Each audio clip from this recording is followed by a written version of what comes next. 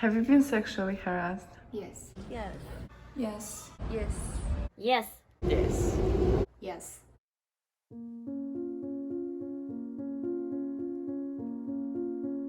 Every woman I know had faced some form of sexual harassment in her life. It has become a norm that women are being touched without consent, objectified, used, assaulted. We made this film to show the real world we live in and to find hope at times when it seems like there's nothing but darkness. It is a story of how to be a girl. Okay, hi, I'm Hanisa Rehan. I'm 24-year-old from Singapore. I'm currently studying biology in Brunei, and now I'm having my exchange semester in Korea. I'm Kim Min. I am a student in Sejong University. I'm studying hospitality management. My name is Farhan Ramli. I'm 22 from Brunei Darussalam, a biomedical science student. I feel like as a woman, the answer would be, of course, I've experienced sexual harassment, but the first one that I experienced that I remember clearly and I feel like affected me to this day was when I was 11 years old. It was when I was going to school, so I took a subway to school and the train was really packed.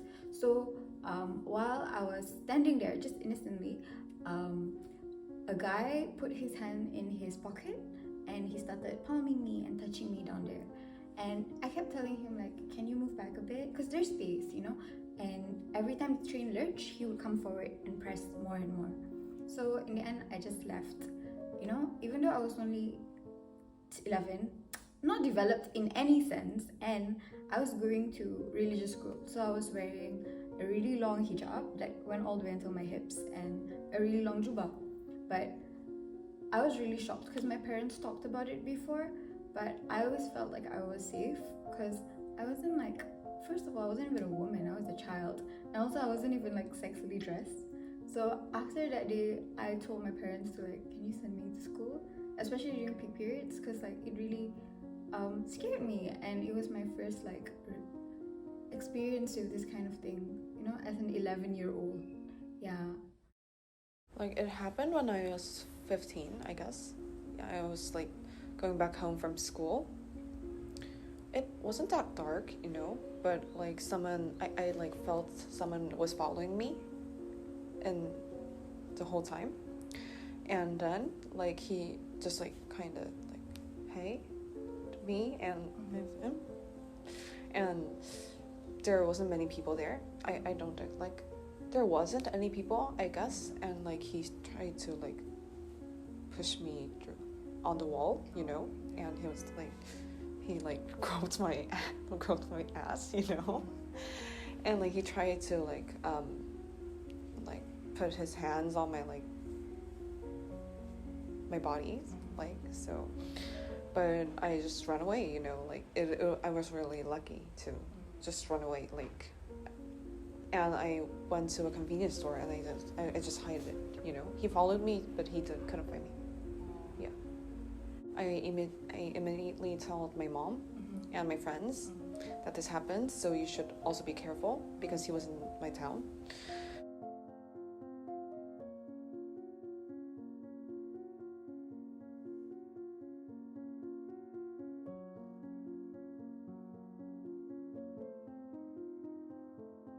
When I was 15, I think, so when I was 15, I was like on my way, I was on my way to school, and then I was approached by this like man who lives around my neighborhood. I don't know him, I've seen him before, but I don't know him, I've never talked to him in my life. But he came beside me and it was really weird because he basically like asked me to be his date to the bus stop, and I was just like, okay, that's really strange. Like, but because I was 15, like I kind of didn't know what to do. I just kind of complied to whatever he asked me to. So at first I was just like, okay, yes, and then like he told me to like hold his arm and all that. So I was really scared because I think this guy was a little bit larger than me. Okay, not a little bit. He's actually really much larger than me.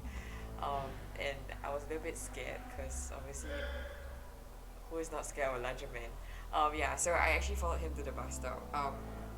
But then but I was actually late for school, so I wanted to take a cab to school. So I got on a cab, but he got on a cab with me. Yeah, so and I like didn't know what to do because I was just like, okay, crap, I'm in this like confined space and I'm dead. And I was hoping like the cab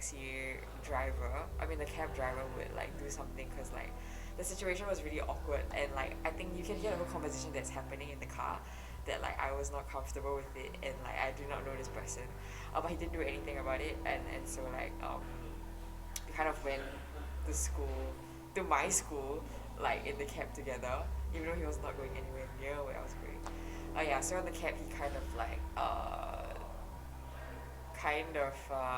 let me think, like on the cab he kind of like touched me, and he also like, okay, fast forward the whole situation, he touched me like on my thigh, and then he kept constantly asking me if like I could kiss him and I said no because I think like I mean the whole situation was really very scarring and like traumatizing for me.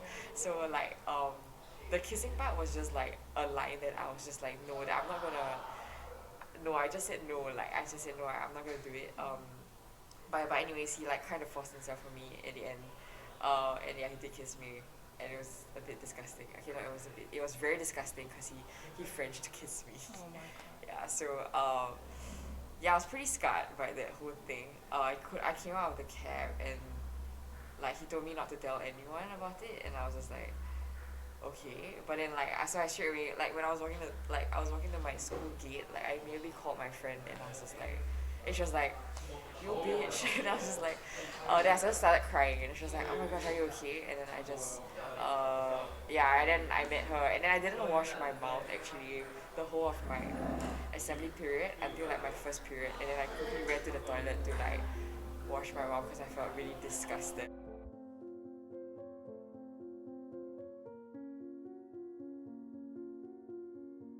So when it happened to me, I felt like it changed my view. Yeah, a lot. And I don't know if I can say this, but it made me uncomfortable around a lot of men, including my dad. So I stopped hugging him after that.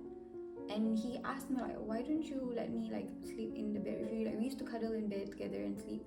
And I just said like, I grew up, but I knew it was because of that. Yeah.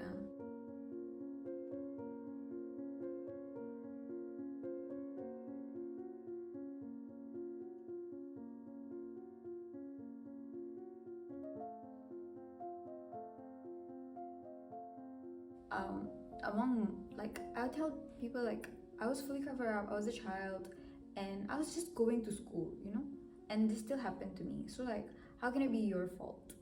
If men want to do something to you, they're gonna do it regardless of how you look like or whatever the circumstances are. They're just gonna do it because they're the bad person.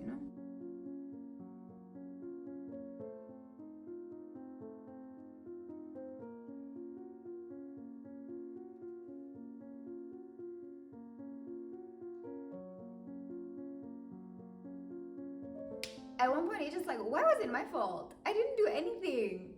I mean, I even tried to protect myself in the way that I knew at that time at 11, and we were taught also as girls like don't make a scene. So like of course I didn't want to make a scene growing up. So like it's not my fault. If he did that to me, it was his fault. Well, it is never anyone's fault for being alone. If you like being alone, then sure, you just be alone. But then, I mean, just because the woman is alone, it doesn't give you a chance to sexually harass them. So it's never a thing. It shouldn't be a thing to do in any situation. So yeah, women should be able to walk alone and feel safe to walk alone, just as man does. So, yeah, I would say. I guess, I mean, attractiveness plays a role, of course, and then this is debatable, but then clothing, it can be a thing. Like you can wear whatever you want, but then in my opinion also it can be something that attracts men more, because you know how sexiness from a woman can attract male more. So I think that does plays a role psychologically, but then women can wear anything they want for sure, but then it does plays a role in sexual harassment, of course. So that's one of the thing I would say. And then being alone, of course, as you said, that's one of the criteria, because it's the male feel much more safer to sexually harass because no one is actually looking or anything, and people are less scared because she's just alone. And yeah, what more criteria I would say? Attractiveness does plays a role, of course. Yeah. Yeah, but like you know, I mean, I don't think it's like from him, but I'm still like, you know, really concerned and scared when I'm going home, like especially in like night, you know. I feel like someone is following me, so I just like keep looking back.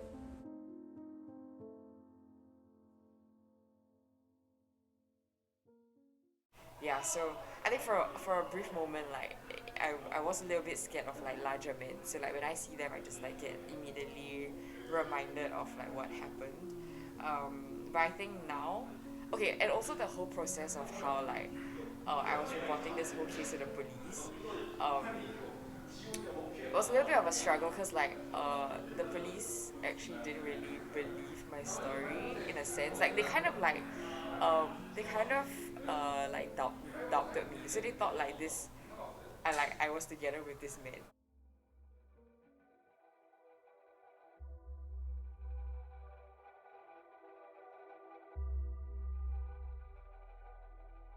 And then another incident was when we were at the convenience store, me and my friends, and I went off to get like I think cheese or something. And then this man like wrapped his arms around me to get the cheese, and when I looked at him, he was like, you know? Yeah, I was really worried. I was like really shocked at it because like I guess maybe there's that language barrier because like sometimes they speak to you, but I don't know what they're saying because it's in Korean. I don't know if they're saying something appropriate or inappropriate, especially when it's like late at night at Hongdae or Itaewon. You don't really know. I only know what they do physically, so I can only say when I've experienced something physical from them, you know? Yeah. The standard for men is so low right now, you know, like they can make jokes like there was this one guy friend I had who made a joke saying like, oh, if he was a dog, he would rape me. And all the guys there laughed, you know? I felt so shocked because I think I was one of the two girls there. And this just happened like what, two years ago in 2019, 3 years ago? Yeah. And he said that and all the boys there laughed. And I felt like if younger Hanisa was there, she would probably just like laugh along, be like, why are you saying that, you know? But I got angry and, you know, I called out the guy like, you think that was funny? You think, you know, like explain to me how it's funny, like talking about being a dog and raping me, you know? And I cut off all ties with that friend, so we're not friends anymore. Yeah, but I was really shocked at that because like he never had macam, the thing is you never expect it sometimes because he seemed so nice and he claimed he was a feminist, you know, and he support women's rights and he talked about how like we have to take care of everybody's mental health. So I always assumed the best of him, you know. So when he did that, I was really shocked because like it feels like even the nicest person could have those kind of intentions. So we have to be wary, you know, around guys. Yeah.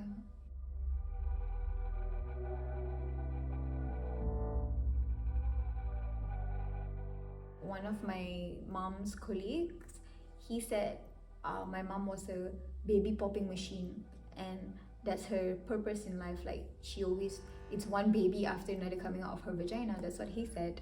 And my mom filed a report, he got fired, and she also filed a police report. So he has that in his what do you call it, in his like rap sheet, I guess.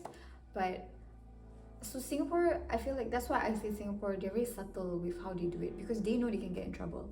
But I think in Korea, maybe because I'm obviously foreign, so they know I'm not gonna go to a police office or something like that, you know?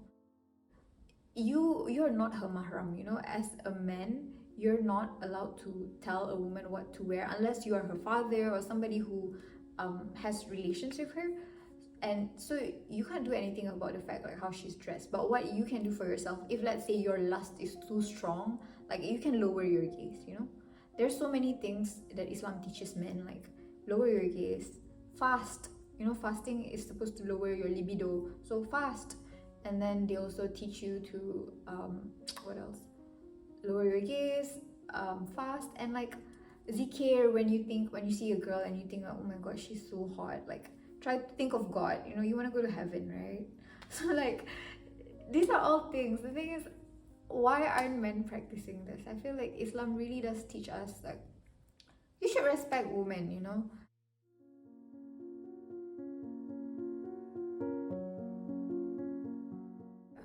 Like, I mean, as a Muslim woman, you're like completely covered, right? I mean, you're supposed to be covered. The ideal way of dress is to be fully modest in order to stop the male gaze, you know, because men will sexualize you regardless. I wore a juba once, which is like a full-length dress, right? And the wind blew. And then this one guy came up to me and he was like, I love seeing girls in the long Islamic dress because you can see their bodies when they move, when they walk, you can see the shape of it. It's like you're completely covered, but they still sexualize you. Is that your fault? You're listening to what the religion told you. Like, the religion told you to cover up, okay. But men still sexualize you, you know? It's so frustrating because you're trying so hard to like please God and be a better Muslim, but they're not trying. It's like, oh, I love it in an Islamic dress. Like, I can see when the wind blows, and he said like when the wind blows, he can see my fupa. And I didn't know what that was until I googled it, and apparently it's this part here. So like when the wind blows and like sometimes it clings onto the skin, right? So he really likes seeing that. And it freaked me out for a while. I never wore a juba to school after that. Yeah, because like how can you like sexualize something like that? Because it's covered, you know? Yeah. I feel like this leads back to the point, like how can it be like a woman's fault? Like you always blame like what is she wearing? You know, what did she do? It's like she was just standing in a juba and the wind blew and he sexualized her regardless.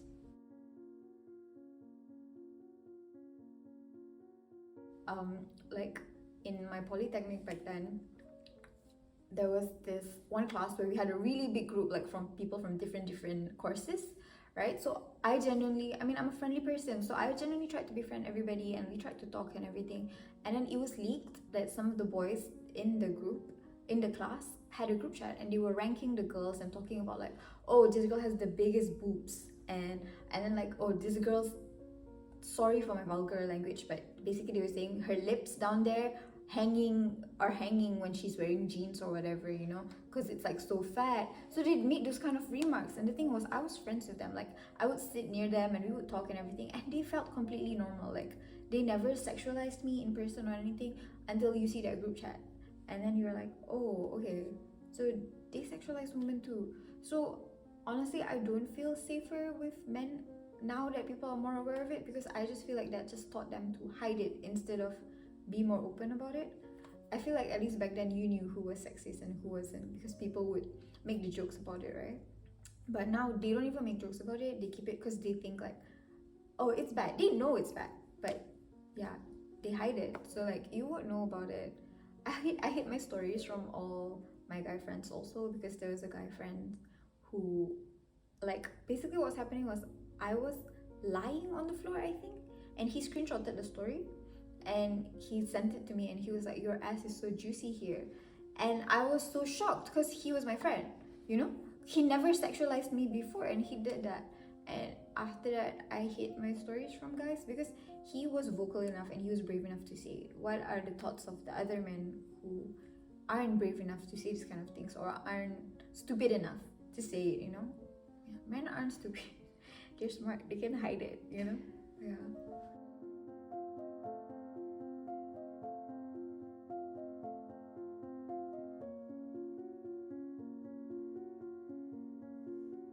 I feel like this is something that they have to learn, you know? Men have to learn how to be emotionally intelligent, and yeah, it's okay. Men have to learn how to be emotionally intelligent, and they have to start to think about how their actions will affect people, you know?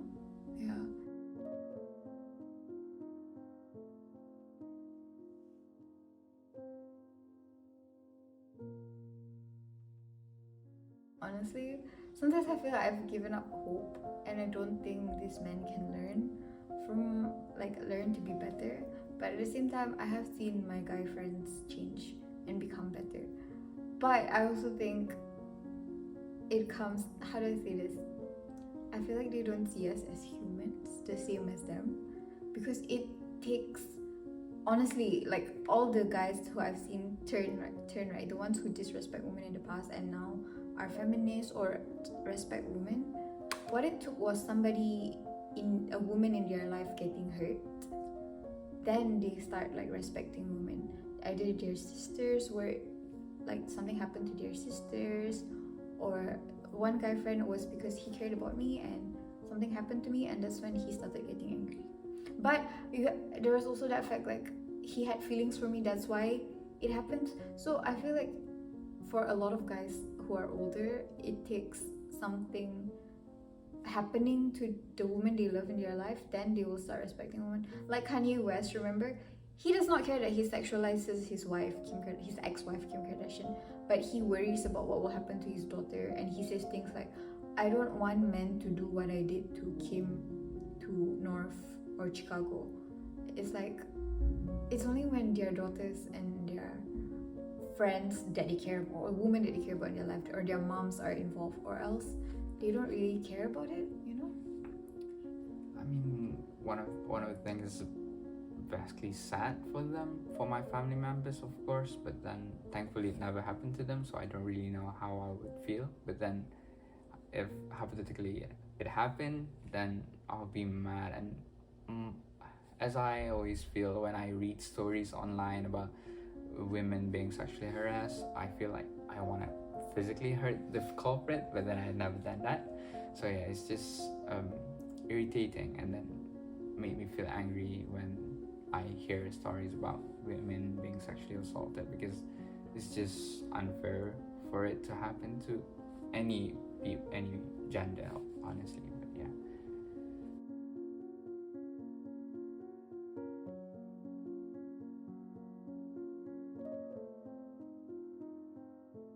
In terms of younger boys, I feel like there's more hope. Like we can teach them, you know? Like I can see from my cousin, he's a Gen Alpha, you would call it, right? You know? He's like very young, but he grew up with 4 sisters, and all of his sisters are very staunch feminists. They have very strong opinions about how women should be treated and everything. And you can see him, he advocates for women's rights. He's only 14, I think, 14 or 13, but he advocates for women's rights, and he knows what's wrong and what's right, you know? I feel like this is something that needs to be taught from young, and we cannot like excuse behaviors such as like, oh, boys will be boys, you know?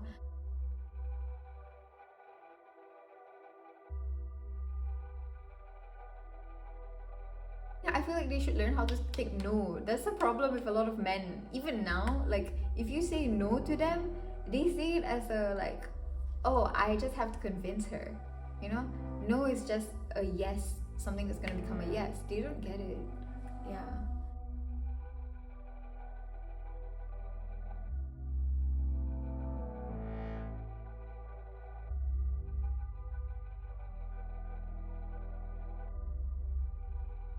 I was in a crowded subway, and like someone like really like literally groped me, and like after that I was getting a little bit nervous when I was like getting like, for some time, like not now, but like for some time I was getting really nervous when I'm getting on a crowded subway or like bus or something. So yeah, I think that could happen. But I think it could be like at least prevented if we like, the punishments here in Korea are really low right now, so maybe like raising it could be, yeah, a help.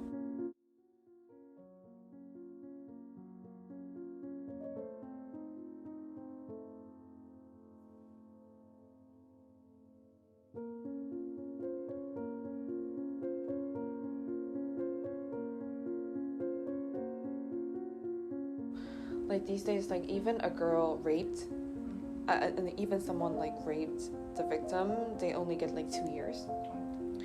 Yeah, and like no one can prevent them from living near from them, so like it could also happen again. So maybe, yeah, I think the punishment rate should like raise really a lot.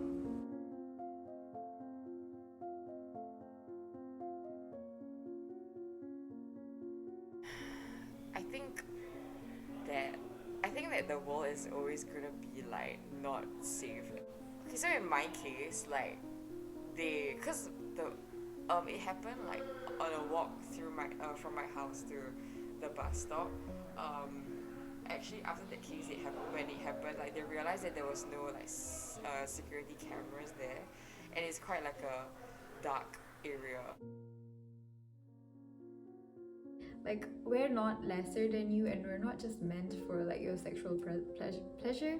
So like, I wish there was something we could do, you know, like how can we convince men like what you don't like, we don't like it too, you know. We don't like being taken advantage of.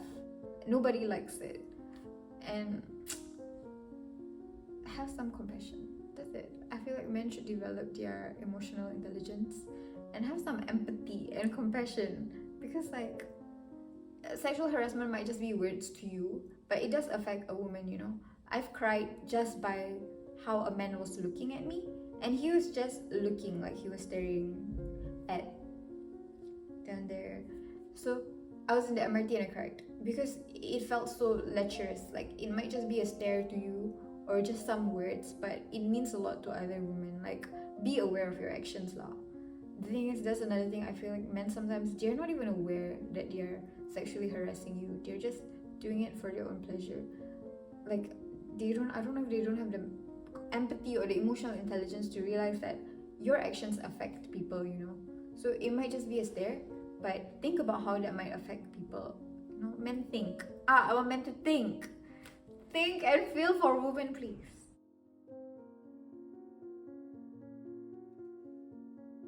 Women are just being innocent, like you're just running around freely, whatever, and then a guy texts you and he's like, oh, I really like seeing how your ass jiggles when you're running. It's like, I'm just doing human things and you are sexualizing me, you know. It makes it really hard to like live, I feel like, because you're always aware, like, is this too tight? Is this showing how like my ass is jiggling? Can they see my bra? You know, there's the things that I feel like men don't have to experience that women do.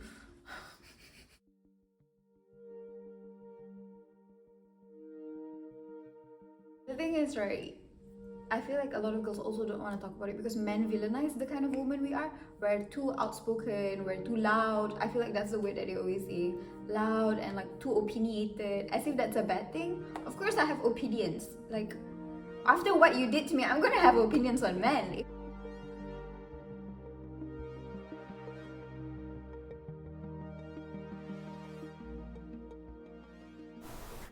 No, I don't think the problem will be solved, and actually I'm really scared that I feel like it might get worse, because I think nowadays the media constantly says like watching pornography is fine or masturbating is fine. You can do whatever you want because like it's your own body, right? Your own time.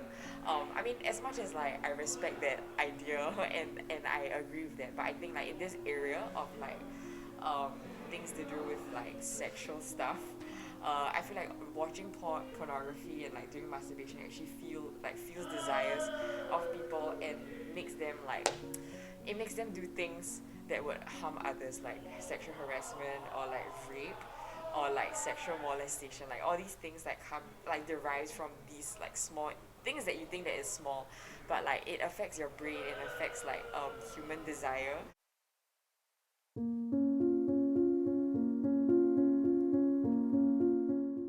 I used to like justify it too. I'll be like, at least I wasn't raped, you know. Like, my life is better than everyone else because I haven't been raped, and like, you know. But when you think about it, it's really sad that that is the standard, you know. Like, yeah, I've been sexually harassed and men have touched me sexually in a way that I don't consent, but at least I've never been raped before.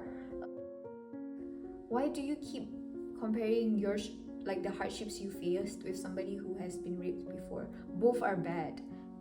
Yeah, I guess macam in society's eyes, rape is definitely much worse than just being touched.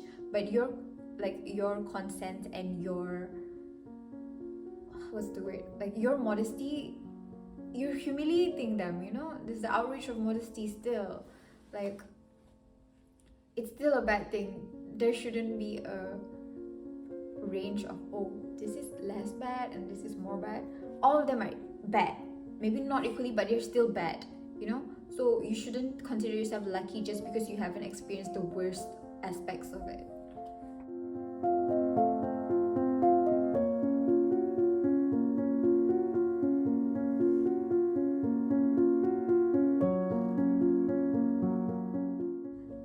They hate women because they can't get them. It's like, is it our fault if you can't get any woman?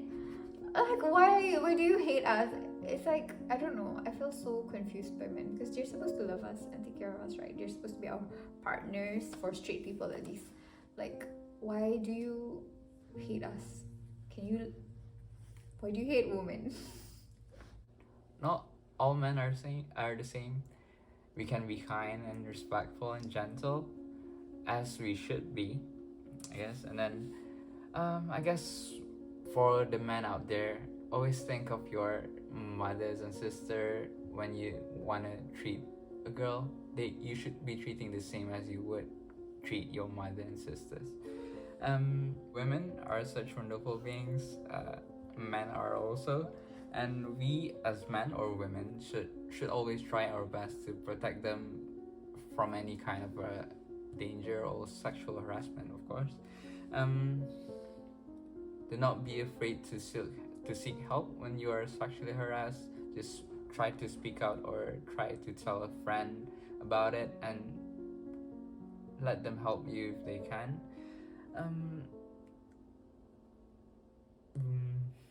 When you see your friends or anyone in your circle sexually harassing someone, you should try to talk to them and tell them that it's the wrong thing to do.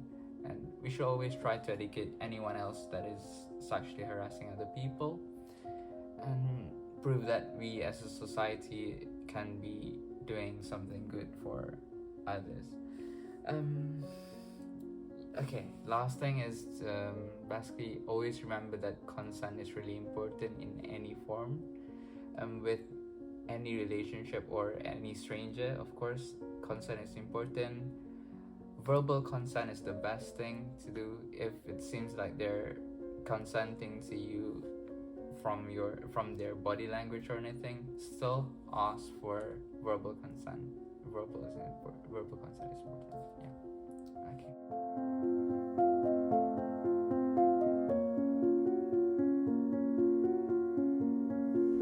We want women to feel safe in this world. We want to be safe. We want to have the same rights and abilities to live a simple human life.